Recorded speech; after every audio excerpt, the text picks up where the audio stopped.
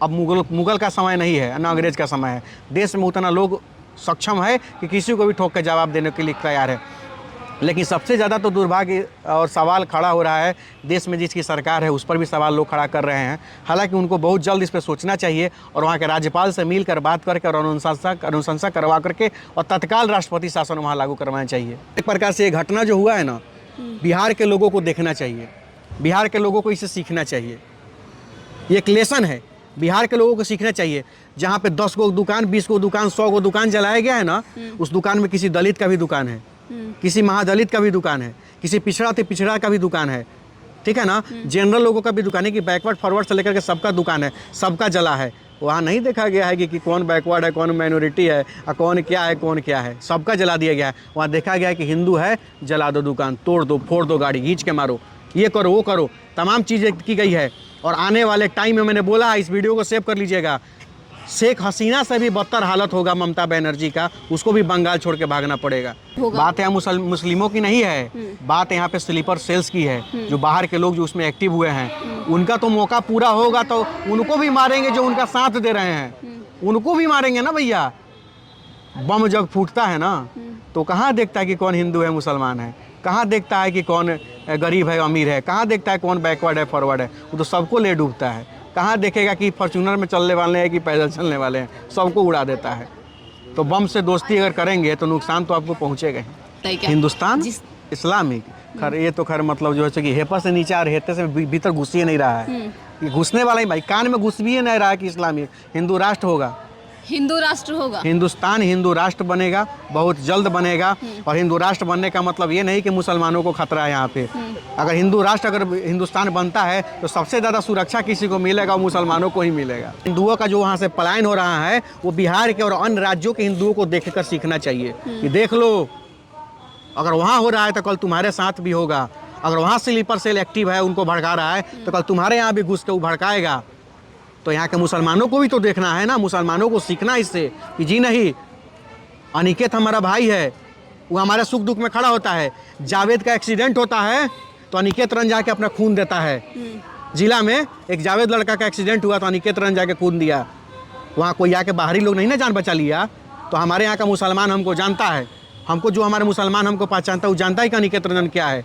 तो उसको कोई बुरा नहीं लगेगा हिंदू राष्ट्र बने या ना बने, उसको मतलब है कि अनिकेत भाई हमारे साथ है, हम उसके साथ है।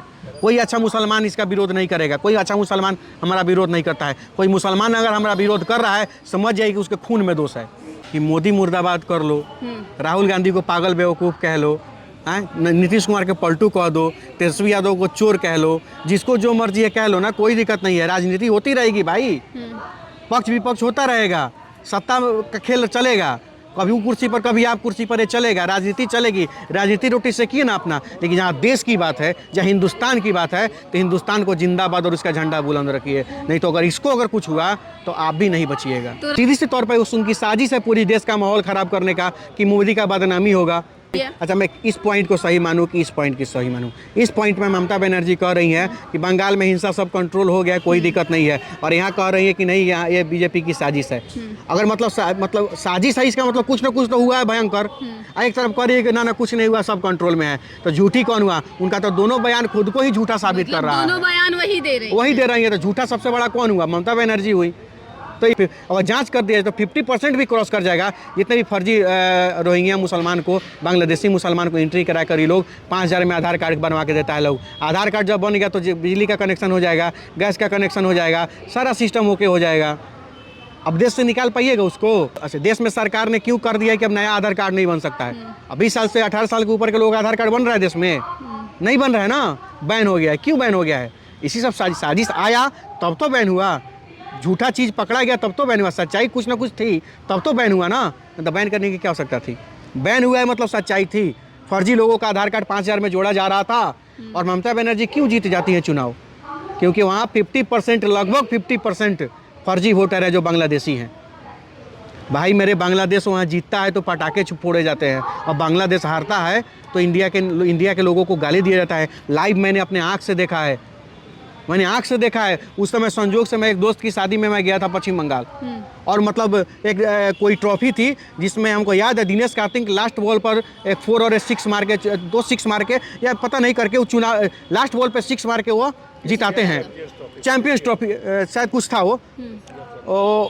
मैं उसी जीन्स टी शर्ट वगैरह बिक रहा था, उसी मार्केट में मैं था, और जैसे ही वो 6 मारा ना, मतलब लग रहा था एकदम हुहाकार मच गया पूरा मार्केट में। हम लगा कि साला हो क्या गया भाई। तब देख रहे हैं कि सब गाली दे रहा है इंडियन को, कौन कुछ गाली दे रहा है।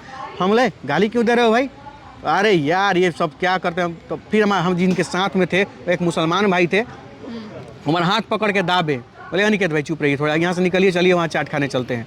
तो वहाँ लेके गए चाट के दुकान पे, वहाँ कहें कि हमारे सब बांग्लादेशी सब है, ये सब बांग्लादेशी सब का मार्केट है यहाँ पर। उस समय सब इंडिया को गाली देता है सब, तो वहाँ कुछ बोल देते तो सब मारपीट हो जाता, झगड़ा हो जाता, इसलिए हम आपको आगे बताइए। पश्चिम बंगाल हमारा हिंदुस्तान का भाग है, और वहाँ हमको कहा जा रहा है कि चुप रहिए, कुछ मत बोलिए नहीं तो मार कर लेगा। इससे भयंकर स्थिति और क्या हो सकता है, अब बताइए, सोचिए, अब आप सोचिए क्या हो सकता है।